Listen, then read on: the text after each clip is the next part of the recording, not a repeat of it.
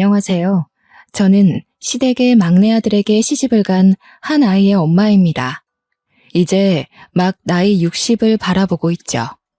제가 이곳을 찾은 이유는요. 어쩌면 평범할지도 모르나 경험할 때마다 가슴 아픈 사연을 가지고 있기 때문입니다. 특별한 경험이나 기적 같았던 좋은 일을 풀어내러 왔다면 참 좋았을 것을 이렇게 시작부터 암울한 기운으로 글을 쓰는 게 아쉽네요. 물론 지난 일이고 현재는 더없이 소중한 사람들과 행복한 나날들을 즐기고 있어서 홀로 그렇게 치유를 받는 중입니다. 그럼에도 불구하고 아픔이 있었던 구간 또한 저의 삶이었고 똑똑히 기억나는 한 일부가 아니겠습니까? 그래서 과거의 상처를 완벽히 잊는다기보단 조금 더 포용적인 마음으로 받아들이고 인정하는 게 맞지 않나 싶습니다. 제 이야기를 사랑하기 때문에 많은 이들에게 들려드리려고 찾아왔고 또 사연을 들려드림으로써 저는 그날의 일을 제대로 뉘우쳐보고 앞으로의 미래를 그려나가 볼까 합니다. 사연을 들어주시는 동안 청취자분들의 귀가 즐겁길 바라며 제 이야기를 들려드리겠습니다. 제 남편 집은 증조부 때부터 지방에 위치한 화훼단지에서 원예 농원을 운영하는 사람이었습니다. 그 농원은 대대로 물려져 시댁 쪽 남자 형제들에게만 애물단지처럼 전해진 건데요. 남편은 이남 일녀의 막내였는데 형님은 여자라는 이유로 아주버님은 일찍 돌아가시는 바람에 우리 남편이 농원을 물려받게 된 겁니다. 남편이 딱히 꿈이 있던 사람은 아니었습니다. 그럼에도 어쩔 수 없이 떠맡게 된 그 농원이 자기의 앞길을 막는다며 그렇게 툴툴거렸어요. 그러면서도 대대로 내려온 가보이다 보니까 차마 내치진 못했습니다. 워낙 얼굴 모르는 조상에서부터 전해져 내려온 거라 천벌받기라도 할까봐 겁이 났던 건지 그 정도의 배짱은 없었나 봅니다.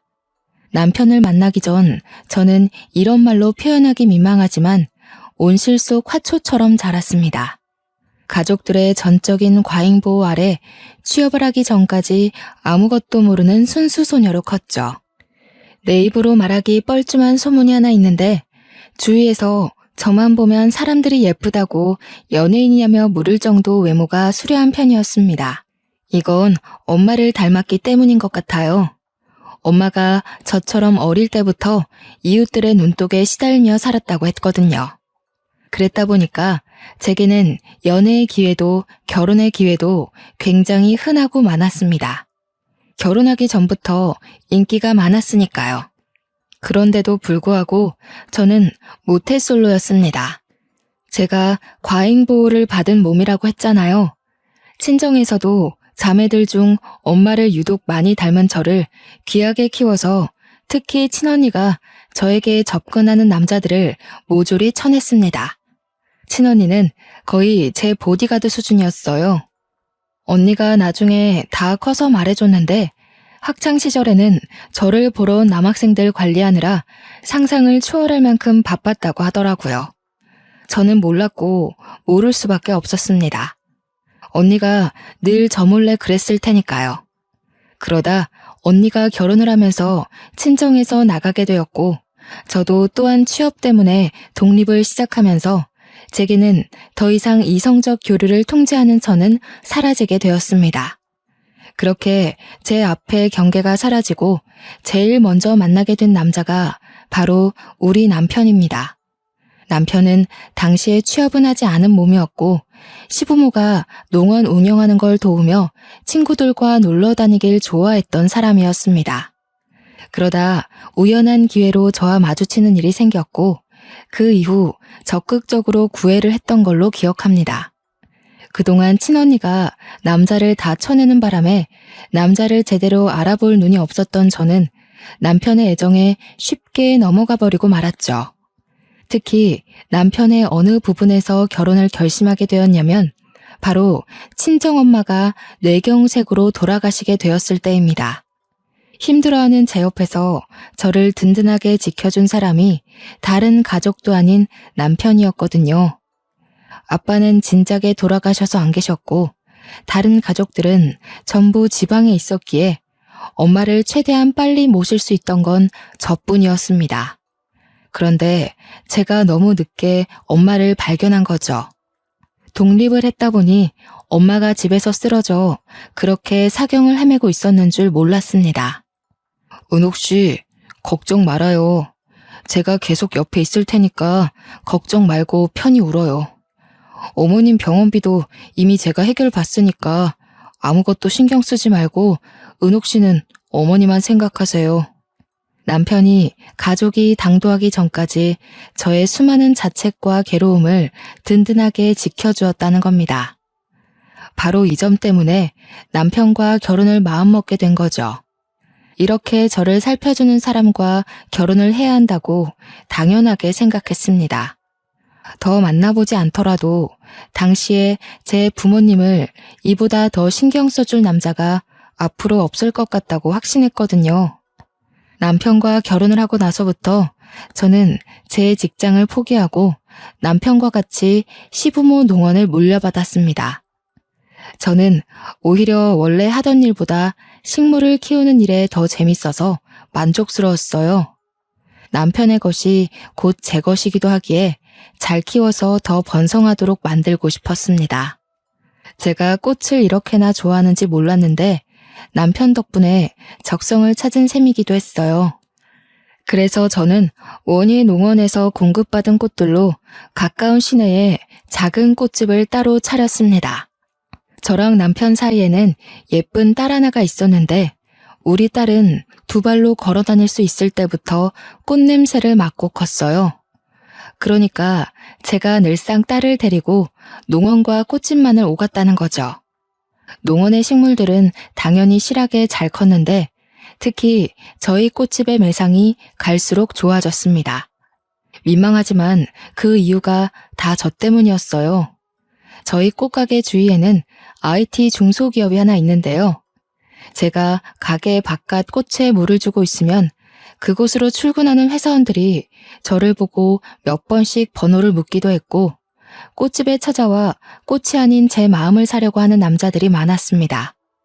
물론 대개 저한테 딸이 하나 있는 걸 알고 금방 머쓱해하며 사과를 하지만 그럴 때마다 꽃 하나씩은 꼭 사서 돌아갔거든요. 그런데 문제는 남편이었습니다. 남편은 원래부터 노는 걸 좋아했던 사람이라 그런지 결혼하기 전만 해도 부지런했던 모습이 점차 본울굴로 돌아오기 시작하더라고요. 제가 꽃집을 동시 운영을 시작했을 때 남편한테 원예 농원도 관리를 좀 신경 써달라고 부탁을 했는데 주말에 가보니까 관리가 전혀 안 되어 있는 거 있죠. 남편의 농원 방치는 갈수록 심해졌습니다. 제가 이쪽 저쪽 똑같이 신경을 기울이지 않으면 한쪽이 죽을 수밖에 없는 운명이었어요. 그럼에도 농원만큼은 시댁 자신이기 때문에 아무래도 그쪽으로 제 신경이 좀 더 기울어 있었거든요. 시간이 지날수록 동시에 같이 관리하다 보니 제 체력이 급격히 소진되는 거 아니겠습니까? 제 꽃집을 운영하기 힘들 만큼 농원이 관리가 안 되자 남편한테 결국 한 소리를 하게 되었습니다. 여보, 밖에서 사람 만나는 건 좋은데 할 일은 하고 나가서 일 봐야지. 이것 봐, 벌써 한 줄은 다 죽었잖아. 농원 안 온 지 오래됐지? 이게 우리 밥줄이나 마찬가지인데 신경 좀 써주면 안 돼? 신경 쓰고 있어. 내가 식물 다루는데 소질이 없어서 그런 거지. 실력이 없는 사람한테 자꾸 일 강요하면 일이 이 모양 이 꼴로 나는 거야. 엄마 아빠도 알면서 나한테 맡긴 거일걸? 놀기만 좋아하고 돈은 계속 필요했던 남편은 끝내 제 꽃집에서까지 현금을 빼가며 매상의 심각성을 전혀 자각하지 못했습니다. 그래서 좀 당해보라고 저녁 반찬들을 대폭 줄여버렸어요. 아니나 다를까 남편이 반찬 상태가 뭐 이러냐면서 투덜대더라고요. 말했잖아. 우리 밥줄 간당간당하다고. 농원 관리가 안 되는데 무슨 돈으로 고기 반찬을 올려? 다른 곳에 쓸 돈 많아서 반찬은 한두 개만 만들기로 했어. 남편은 그날 뒤로 식사마저 집에서 잘 하지 않았습니다. 바깥에서 먹고 오더라고요. 한 푼이 아깝고 생계가 흔들리기 시작한 시점에서 외식이라니 저는 결국 철부지 남편을 설득하길 포기하고 꽃집은 낮에 일찍 문을 닫고 농어는 밤에 일하며 홀로 고군분투했습니다. 남편이 같이 일을 좀 도와주면 수월할 텐데 저는 하다 더는 체력 고갈로 일이 너무 힘들어서 결국 사람까지 뽑아 농원에 힘을 쏟았습니다. 남편은 그걸 보고도 코웃음만 치더군요. 혼자서 잘할 수 있겠는데 뭘 돈까지 쏟아붓냐고. 그럴 돈 있으면 자기 달라고 하는 거 아니겠습니까? 무시했지만 역시 사람을 쓰더라도 애까지 있는 입장에서 양쪽을 혼자 관리하는 건 너무 버거운 일이더라고요. 저는 3달 만에 단념하고 원예 농원만이라도 살리기 위해 꽃집은 접었습니다. 다른 남자들은 제가 유부녀인데도 관심을 주면서 만나고 싶어 하는데 남편은 정작 저한테 관심이 차차 사라졌어요. 남편의 본색을 몰랐을 땐 사람이 변했다고 생각했습니다. 결혼 전만 해도 제게 누구보다 슈퍼맨이었던 남자인데 어떻게 결혼하자마자 태도가 달라질 수 있는 건지. 같은 사람이 맞나 싶을 정도로 저는 남편의 본색을 몰랐죠. 하지만 그 본색을 알기까지 그리 오래 걸리지는 않았습니다. 시부모가 남편을 대하는 태도도 그렇고 한 번씩 남편 때문에 꽃집을 찾아왔던 남편 친구들을 보니 남편이 한량이라는 게 눈치가 채지더군요. 누굴 탓하겠습니까? 결혼을 너무 빠른 시일에 결심을 했던 제 탓이죠. 저도 일만 하고 스트레스 풀 때는 없이 쌓이기만 하다 보니 한 번은 열이 너무 받더라고요.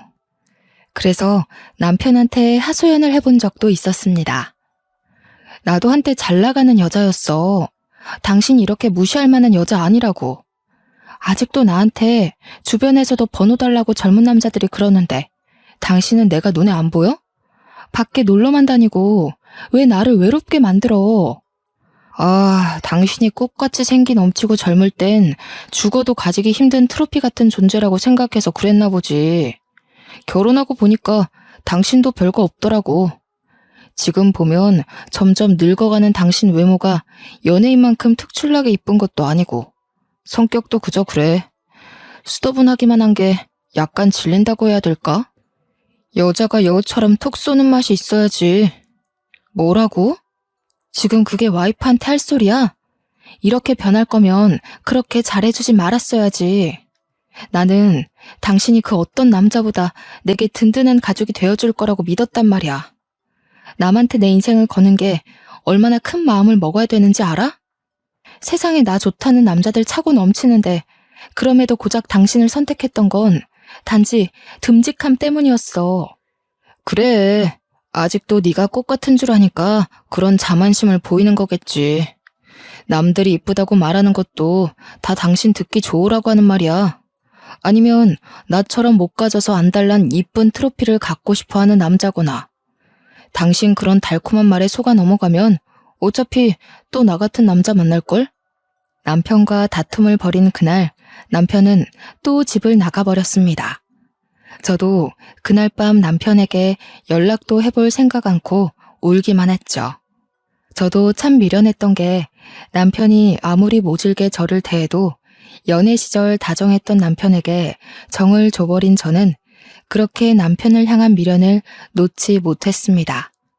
딸이 보기에도 제 삶이 참 비루해 보였나 봅니다.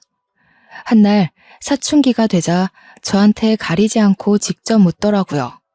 엄마, 아빠가 저렇게까지 나오는데 아직도 아빠가 좋아?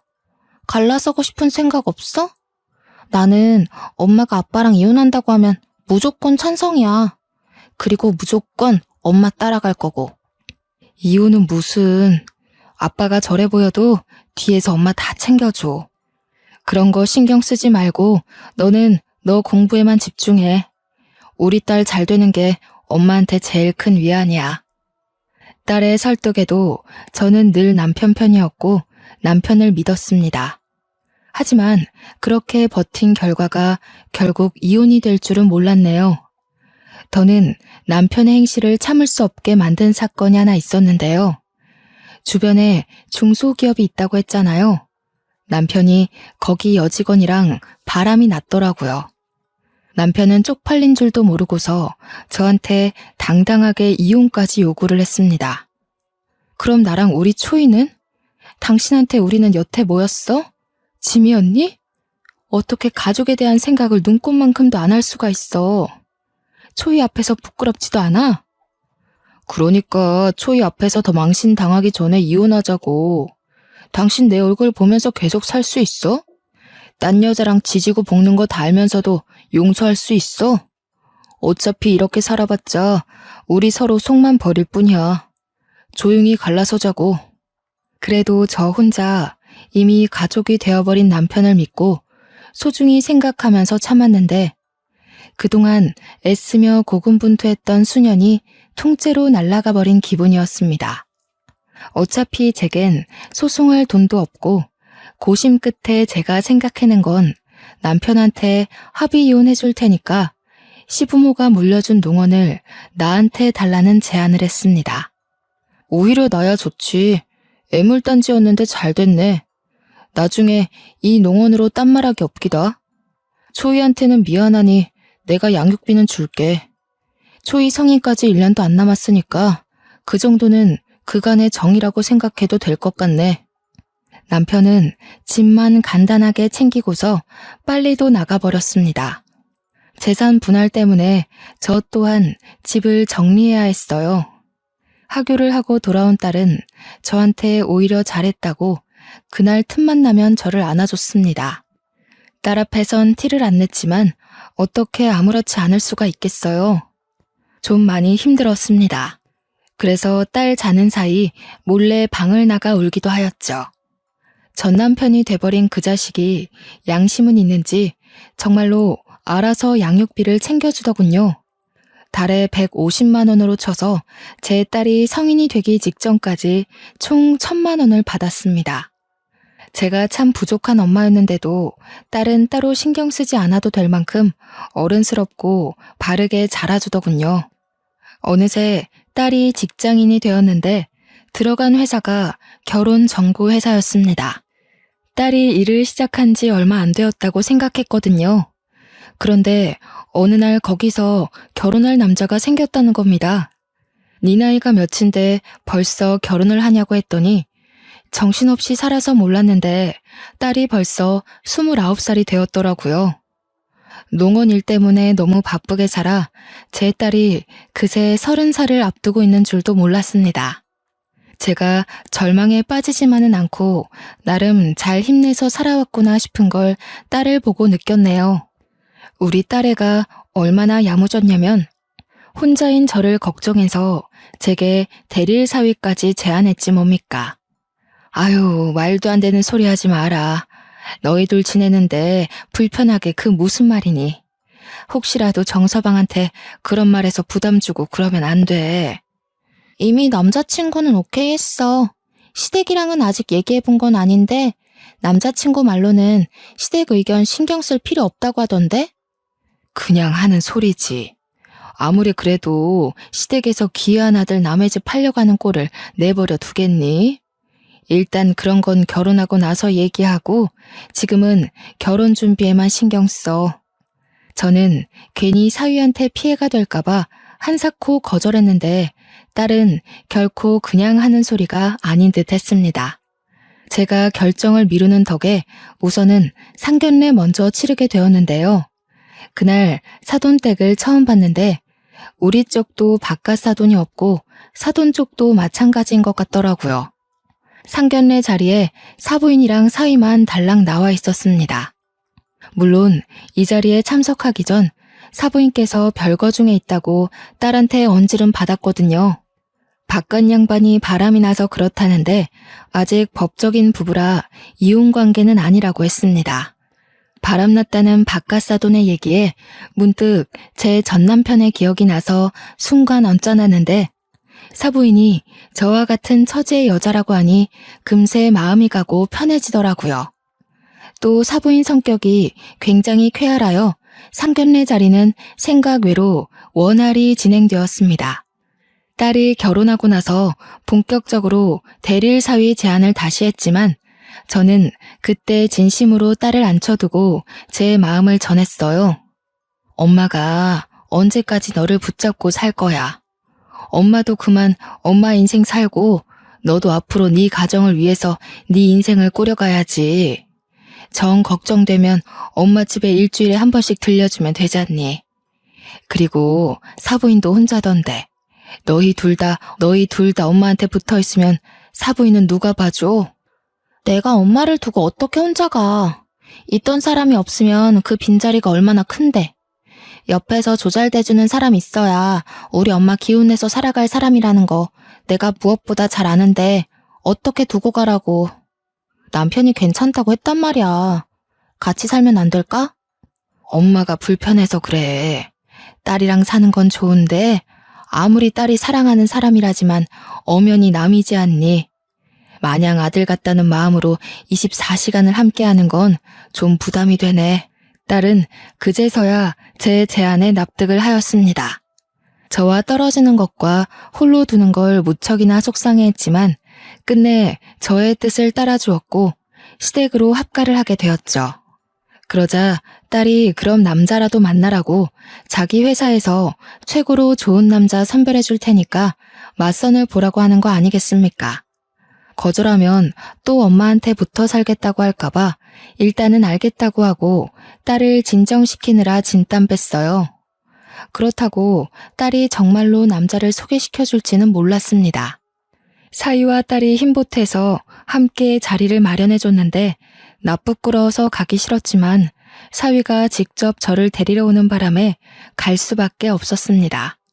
그때 만난 남자의 첫인상은 그동안 배 나온 전 남편 때문에 남자에게 질려있던 저의 고정관념을 바사삭 깨주었는데요. 그는 저와 비슷한 동년배의 중년 남성이었고 자기 관리에 철저한 분인지 깔끔하게 수트 차림에다가 훤칠하기까지 했습니다. 좀 놀랐어요. 제가 당시 50대였던지라 제 나이대의 남성들 기준이 전 남편과 같았기에 전혀 기대 안 하고 왔거든요. 주책이겠지만 첫인상에서 벌써 오묘한 기분을 느꼈습니다. 오랫동안 식어있던 심장이 살아 움직이는 듯 했어요. 이성민이라고 합니다. 듣던 대로 참 미인이시네요. 젊을 때 인기 꽤 많으셨을 것 같은데 제가 감히 은옥 씨 성에 찰지 모르겠습니다. 그래도 오늘 시간만큼은 최선을 다해서 근사하게 모실 테니까 예쁘게 봐주셨으면 좋겠어요. 성민 씨의 말에 저는 제대로 된 소개를 하기도 전에 웃음이 새었습니다. 제가 남자 앞에서 또다시 웃을 수 있게 될 줄은 정말 상상도 못했네요. 성민 씨와 대화를 하다 보니 저는 성민 씨에게 더 마음의 문을 열 수밖에 없었는데요. 성민 씨가 이혼남이란 얘기는 사전에 들어서 알고 있었지만 저와 같은 상처가 있는 사람인지는 몰랐거든요. 전부인이 바람나는 바람에 이혼을 하게 되었고 전부인과 전부인의 상간남 때문에 하던 사업까지 망할 뻔했다고 하지 뭡니까. 나름대로 성민 씨는 그때가 꽤 큰 상처일 텐데 초면에 저한테 고백해준 그 용기가 저는 참 마음에 들었습니다. 저 또한 성민 씨에게 제 이야기를 털어놓음으로써 비슷한 아픔을 가지고 있다는 걸 알려줬어요. 그리고 남자에 대한 반감도 없지 않아 남아있다고도 솔직하게 밝혔죠.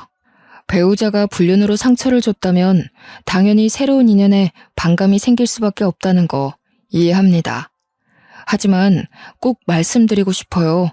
이 넓은 세상에 모든 남자가 다 악질적인 사람은 아니라는 걸요. 제가 그걸 꼭 은옥 씨한테 증명해 보이고 싶습니다. 분명히 성민 씨는 전 남편과 같이 제게 달콤한 말을 해준 게 맞습니다.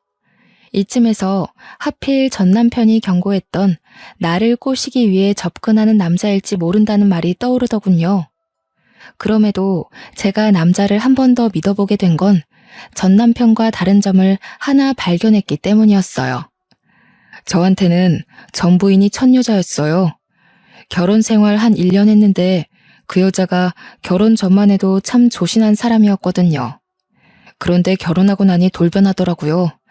알고 보니 저와 결혼해서 돈 타먹으려고 접근한 거였지 뭐예요. 저와 닮아도 너무 닮은 상처를 가지고 있었기 때문에 성민 씨가 내민 손을 제가 잡았던 것 같습니다. 저희는 서로 낙오된 상처를 보듬어 주느라 시간 가는 줄 모르고 얘기를 했어요. 같은 아픔을 가졌다는 것 외에도 공통점이 너무 많더라고요. 전 남편이랑은 생활 습관부터 소비 습관 등등 같은 게 하나도 없었는데 이런 남자도 세상에 있을 수 있구나 싶은 생각이 들었습니다. 그게 마음이 잘 통한다는 시그널인 줄도 모르고 저희는 만남을 길게 지속해갔고 결국 성민 씨에게 청혼을 받게 되었죠. 제 인생 두 번째 남자였습니다. 성민 씨가 너무 괜찮은 사람이란 걸 알고 있고 만남을 이어온 지 4년이 되어도 한결같다는 거 압니다. 그러나 이미 전 남편한테 대인 것이 있기 때문에 또 같은 실수를 반복하는 꼴이 될까봐 선뜻 청혼에 응하기가 망설여지더군요. 그게 너무 표정으로 드러났나 봐요. 제 마음을 눈치챈 성민 씨는 제가 준비될 때까지 재촉하지 않고 1년을 더 기다려 주었습니다. 성민 씨의 일관된 마음 덕분에 저 또한 성민 씨에 대한 확신을 얻고 재혼을 결정하게 되었네요. 저희 기쁜 소식과 함께 딸에게도 기쁜 소식이 들려왔는데요. 바로 딸이 임신을 했다는 거 아니겠습니까? 너무너무 축하하지만 금세 걱정이 되더라고요. 눈에 넣어도 안 아플 딸이 앞으로 산모로서 감내해야 할 힘든 시간을 보내야 한다는 생각에 마음이 안 좋았습니다. 그때도 성민 씨가 제게 큰 의지가 되어 주었어요.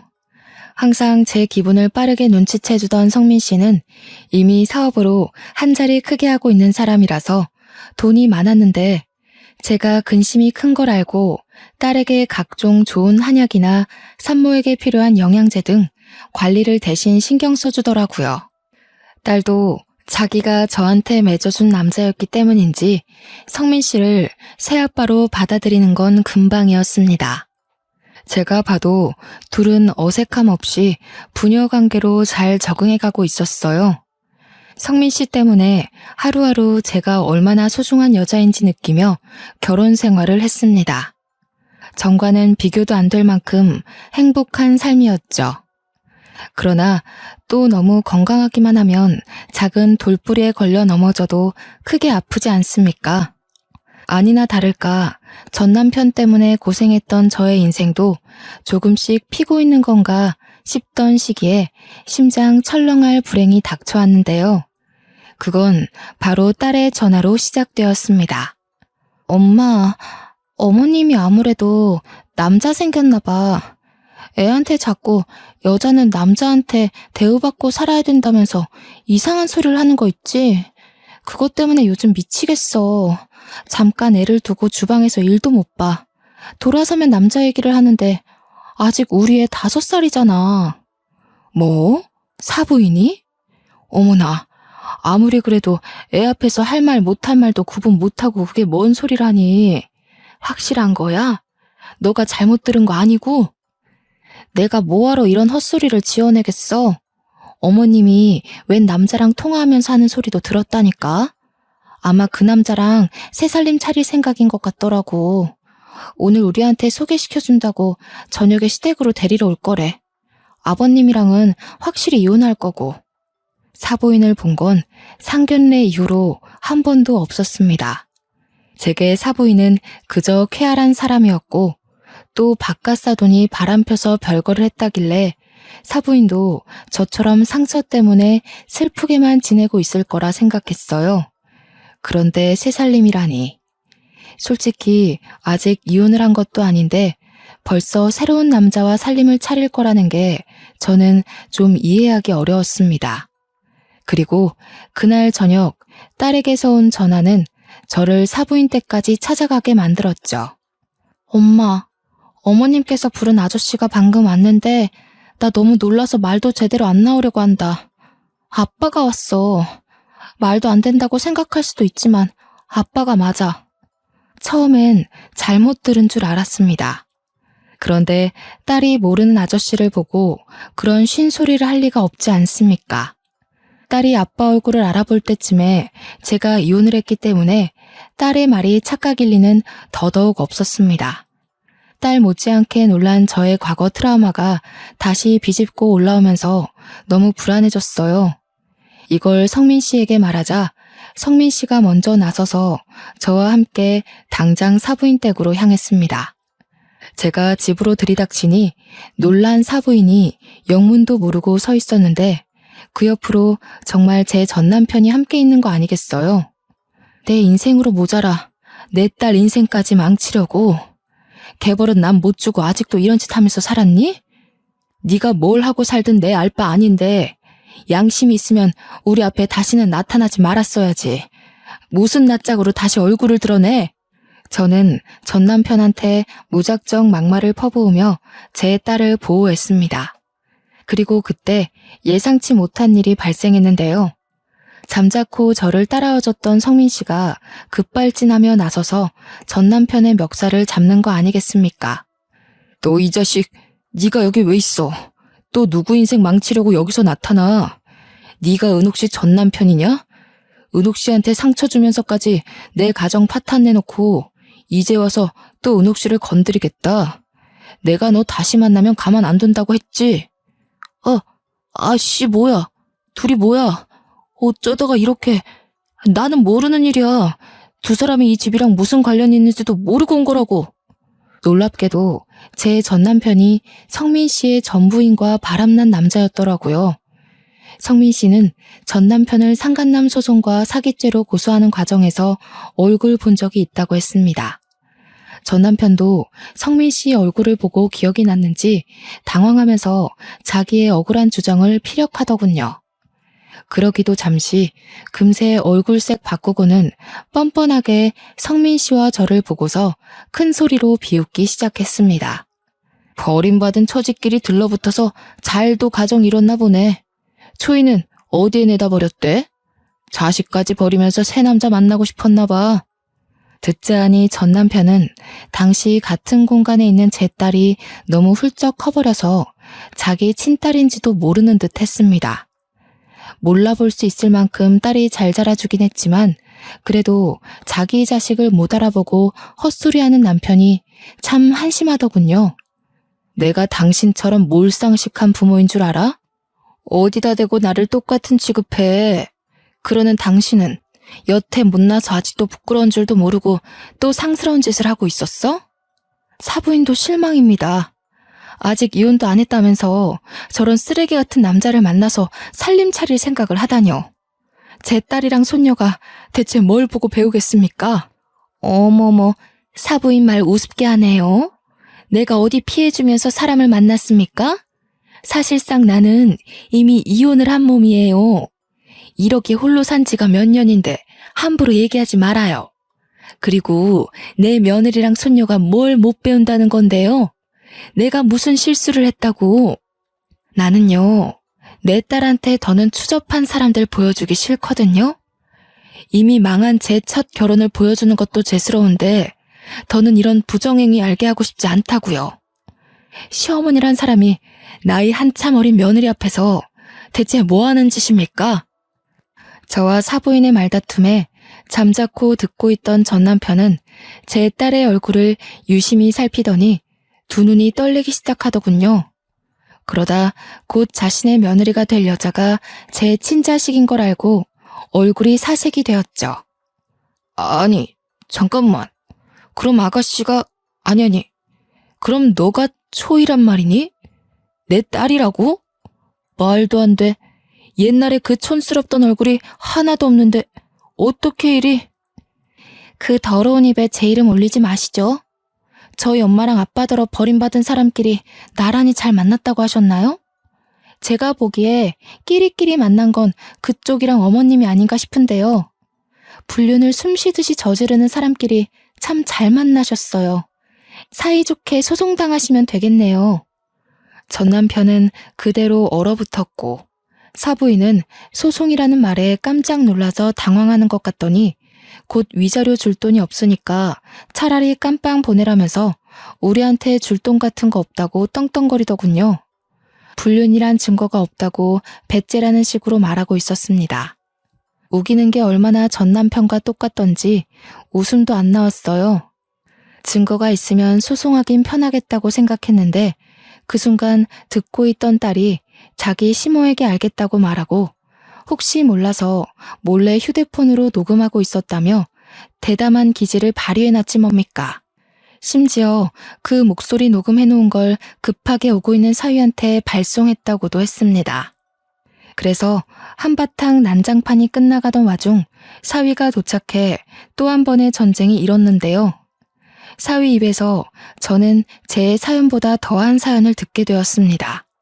어머니, 너무 실망입니다. 정말 제가 모를 거라고 생각하셨어요? 자식들한테 아버지를 바람핀 불륜남 이미지 만들어 놓고 본인은 평생 떵떵거리고 살고 싶었나 본데 실패하셨네요. 며칠 전에 아버지한테서 연락받았습니다. 어머니가 불륜녀였다면서요? 어떻게 10년 넘게 저한테 거짓말을 하실 수가 있어요? 뭐라고? 네가 그 양반이랑 어떻게 연락을 했다는 거야? 그 양반한테 내가 니들 앞에 나타난 일 없게 하라고 돈까지 줬는데? 아버지 말대로 어머니가 틀린 게 맞네요. 아버지를 죽도록 옥망하는 저를 보고 속으로 많이 비웃으셨겠어요. 자식들 다 속여가면서 불륜녀인 거 숨겨봤자 손바닥으로 하늘 가리는 겁니다. 오늘부로 저는 어머니를 죽을 때까지 보지 않을 거예요. 이제부터 자식은 없다고 생각하세요. 저 남자 데리고 가서 죽든 말든 혼자 알아서 사시라고요. 사위의 말에 사부인은 절망하며 자기 아들을 붙잡았고 뿌리치는 사위에게 넙죽 엎드리며 엄마가 잘못했다고 사정하기 시작했습니다. 전 남편은 자기 딸 앞에서 창피하기라도 한 건지 아무 말 없이 고개만 숙이고 있더군요. 전 남편이 저와 이혼한 뒤에 어디 나이트클럽에서 일을 했다는데 사장도 아니고 사장 밑에 뒤치다꺼리 하는 사람으로 있었다고 하더라고요. 성민 씨 얘기를 듣고 알았습니다. 과거 일로 단단히 화가 난 성민 씨는 제 남편을 경찰에 신고했고 나이트클럽을 고발하는 바람에 그곳에 형사들이 현장 수색까지 갔습니다. 전 남편 사업장은 마른 하늘의 날벼락식으로 수색을 당했는데 거기서 부정행위가 대거 발각이 되었지 뭡니까? 알고 보니 전 남편은 경찰들의 눈을 피해 불법 도박장 운영까지 하고 있었고 그 나이트는 불륜의 메카로 유명한 곳이었습니다. 많은 남녀가 불륜을 밥 먹듯이 하러 드나들던 곳이더라고요. 전 남편 때문에 거기 사장까지 전 남편이랑 손잡고 깜빵 가게 된 거죠. 게다가 전 남편은 위자료 때문에 형량이 훨씬 더 늘어났고 시모 또한 정말 위자료 갚아줄 돈이 없어서 교도소를 갈 수밖에 없는 사정이었습니다. 그렇게 난리도 아닌 난리를 겪고 나니 문득 딸의 마음이 걱정되더라고요. 저는 딸에게 전 남편의 못난 모습을 대신 사과했습니다. 혹시라도 친부의 망가진 모습 때문에 딸 마음이 속상하진 않을까 싶어서 위로하려고 했죠. 그런데 딸은 제 생각보다 더 강인한 아이더라고요. 엄마는 괜찮아? 나는 피 섞였다고 무조건 아빠로 모셔야 된다고 생각 안 해. 진작에 친부 같은 거 잊은 지 오래야. 그리고 내가 친부를 기억하면 새아빠 입장에서 얼마나 속상하겠어. 나는 지금 엄마 옆을 지켜주는 아빠가 더 중요해. 개버릇 못 고치는 그런 아저씨 말고. 엄마가 알아서 다 처리했어야 하는 건데 너한테 2번이나 그런 꼴 보게 해서 그러지. 그나저나 사돈댁이 풍비박산 난 꼴이라 어쩐다니? 정서방 마음도 안 좋을 것 같은데. 남편이랑 상의했는데 아버님 모시고 지내기로 했어. 아버님께서 혼자 뱃일하면서 외롭게 사셨더라고. 이제부터라도 모시면서 남편이랑 아버님이랑 잘 지내보려고. 아버님이 우리 딸 엄청 예뻐해. 뱃일하면서 버신 돈으로 계속 애 장난감 사준다니깐. 어머나, 좋은 분 같아서 정말 다행이다. 엄마도 언제 한번 시간 되면 바깥 사돈한테 인사드리러 가야겠어. 혼자서 자식들한테 미움까지 받고 얼마나 억울하셨겠니. 네가 좀 신경 써서 잘해드려라. 당연하지. 엄마야말로 내 걱정 그만하고 새아빠랑 잘 지내기로 약속해. 나 진짜 새아빠 없었으면 어쩔 뻔했어? 내가 엄마 걱정 덜고 편히 지낼 수 있는 것도 다 새아빠 덕분이야. 아빠, 우리 엄마 계속해서 잘 좀 부탁드려요. 그럼 당연하지. 네 엄마한테는 내가 아직도 해주고 싶은 게 많아. 하루가 모자라서 매일매일 바쁘거든. 그러니까 초이도 엄마 보고 싶으면 아빠한테 허락받고 만나. 성민 씨의 농담 섞인 말에 딸이 키들거리면서 즐거워했습니다. 제가 확실히 복을 가지고 있긴 하다는 걸 그때 느꼈어요. 과거와 다르게 트라우마를 떠올려도 저를 살펴주고 일으켜주는 사람들이 주위에 있다 보니까 힘들었던 과거가 제법 무뎌지더라고요. 물론 기억이 흐릿해지는 건 아니었습니다. 그래도 제 얼굴에 웃음이 진다는 정말 많은 발전이에요. 성민 씨를 만나기 전까진 딸이 없을 때 한 번씩 울고 그랬거든요. 그리고 소중한 사람들 덕분에 미뤄둔 숙제를 끝내버린 것 같아서 시원하기도 했습니다. 과거 전 남편의 행실에 대해 복수란 걸 생각도 안 하고 있었거든요. 그저 농원 넘겨받은 걸로 만족하려고 했단 말이죠. 자포자기였던 제가 뜻하지 않게 좋은 인연과 자랑스러운 딸이 있어 마지막 남은 응어리를 싹 씻어내리지 않았나 싶어요. 당연히 농원은 아직도 제가 관리 중입니다. 성민 씨가 인력을 구해주는 덕에 제가 오너로 직원들에게 보고를 받는 식으로 가꾸고 있어요. 그리고 저는 전 남편 때문에 어쩔 수 없이 접었던 꽃집을 다시 운영하게 되었는데요. 집이랑 가까운 곳에 자리를 구해서 작게 꽃집을 하는데 지금은 시대가 많이 좋아졌는지 사람들이 온라인으로도 꽃을 많이 판매하더라고요. 그래서 최근에는 우리 사위한테 부탁해서 시간 날 때마다 컴퓨터를 배우고 있습니다. 사위가 가끔씩 저한테 미인이신데 똑똑하기까지 하세요 라고 입에 바른 칭찬을 해줄 때면 아부인 줄 알면서도 그렇게 민망하답니다. 아, 그리고 지금 딸이 손녀 때문에 일을 중단한 상태거든요. 딸은 다시 회사에 복귀할까 하다가 이참에 저랑 같이 꽃집을 키우는 것도 나쁘지 않겠다 싶다며 꽃집으로 출근하고 있어요. 저야 손녀를 매일 볼 수 있으니까 좋다만 딸의 훌륭한 경력을 괜히 단절시키는 것 같아서 미안하더라고요. 그럼에도 딸에게 어떤 말도 할 수 없었던 건 딸이 저처럼 워낙 식물 만지는 걸 좋아했기 때문입니다. 저와 똑 닮은 딸을 보고 있자니 마치 제 젊은 시절이 떠오르지 뭡니까? 딸이 꽃꽂이를 하면서 저렇게 예쁘게 웃을 수 있는 건 그 일을 하면서 정말 행복하기 때문이란 걸 알고 있어요. 그래서 말리지 못했습니다. 그래도 딸이 워낙 똑똑하게 일을 잘하는지라 매출이 급속도로 오르고 있네요. 딸은 딸대로 저는 저대로 급여를 두둑히 챙기고 있는 실정입니다. 제게 일어난 과거의 일들은 당연히 반길 수 있는 추억이 아니란 걸 아주 잘 알고 있습니다. 그때의 기억이 한 번씩 저를 후회하게 만들기도 하니까요. 그럼에도 제가 인사말에 제 이야기를 사랑한다고 말했던 것은 이 모든 걸 지금의 행복까지 오기 위한 과정이었다고 생각하기 때문입니다. 상처는 스스로가 생각하기 나름인 것 같아요. 힘든 시간을 결국 나의 과정으로 보고 포기하지 않는다면 반드시 원하는 결과에 도달하는 내가 되어 있을 거라고 확신할 수 있습니다. 당연히 그게 어떤 모양으로든 꼭 행복할 거라고 믿어야 된다는 건 전제로 깔아야 한다는 거 아시죠? 주위에서 주는 아픔이 너무 크더라도 거기서 당장 나은 삶으로 탈바꿈 되길 원하는 건 사실상 불가능하다고 봅니다. 제가 아픔을 얻기까지 해도 그만한 기간이 있었을 거잖아요. 생채기 하나 없던 시절로 돌아가기 위한 갱생 시간은 좀 진득하게 인내해야 한다는 걸 꼭 알아주세요. 그렇다면 결과는 반드시 예쁜 꽃을 피우게 될 겁니다. 사연을 쓰면서도 저는 더 이상 트라우마를 느끼지 않았습니다. 그때의 기억이 오히려 하나의 장면으로 사진처럼만 지나갈 뿐이네요. 그래서 저는 저를 밝히는 이 시간 또한 즐거웠다고 말씀드리고 싶습니다. 청취자분들도 제 사연을 듣고 꼭 희망을 가졌으면 좋겠어요.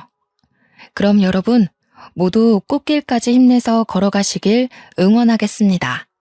감사합니다.